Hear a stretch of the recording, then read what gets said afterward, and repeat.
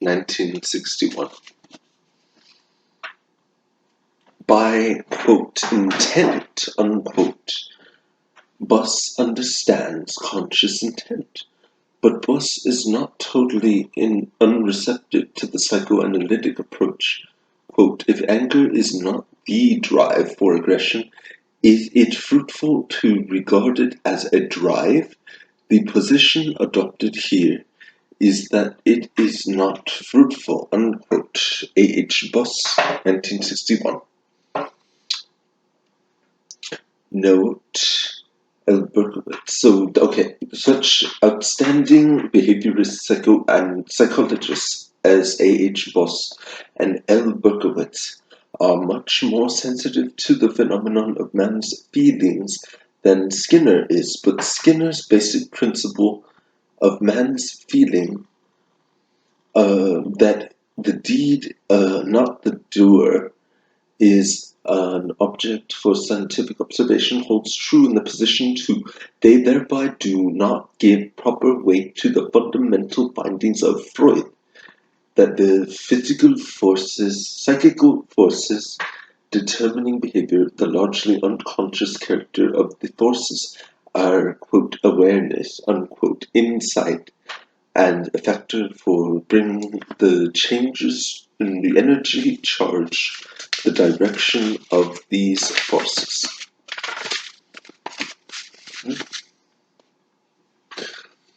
Behaviorists claim that their method is, quote, scientific, unquote, because they deal with what is visible, as in with overt behavior, but they do not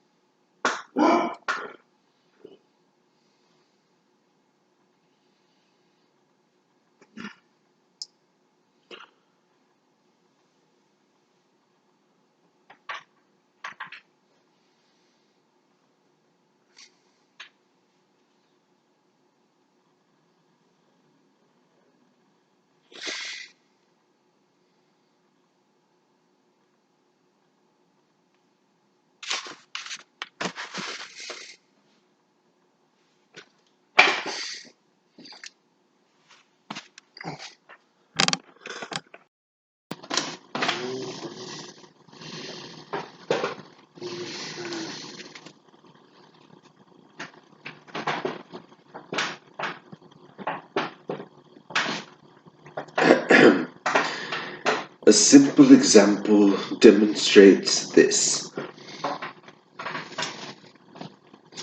A behaviorist maxim that observable behavior is a scientifically reliable datum is simply not true. The fact is that behavior itself is different depending on the motivating impulse, even though on superficial inspection the difference may not be visible.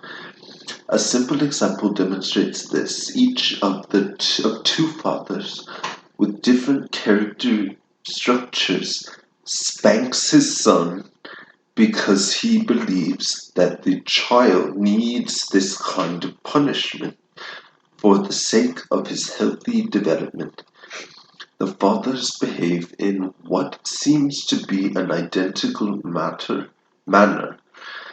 They slap their children with their hands, yet if we compare the behavior of a loving and concerned father with that of a sadistic father, we find that the behavior is in reality not the same.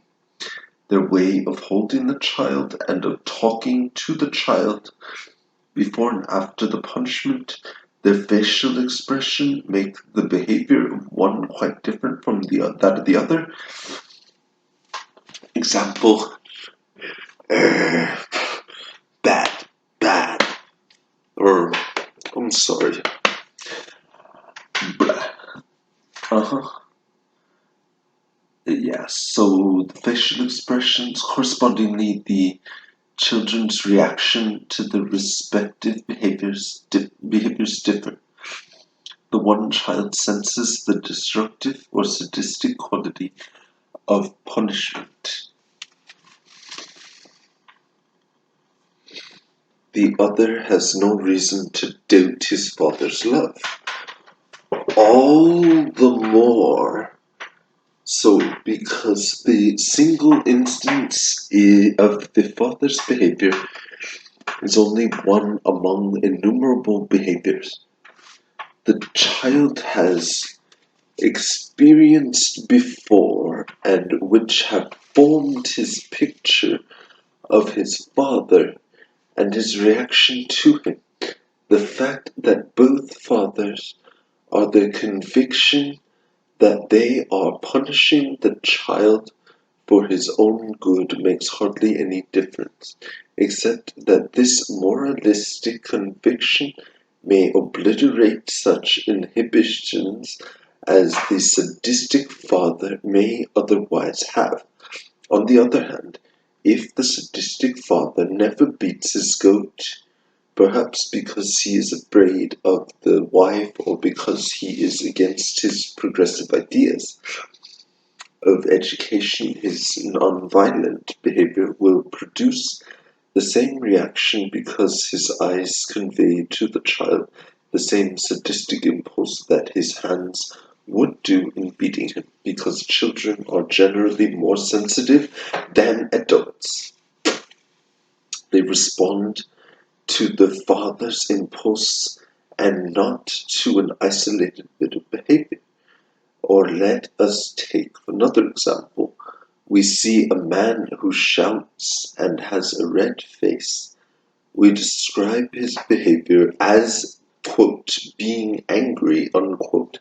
If we ask why he is angry, the answer may be, quote, because he is frightened, unquote. Why is he frightened?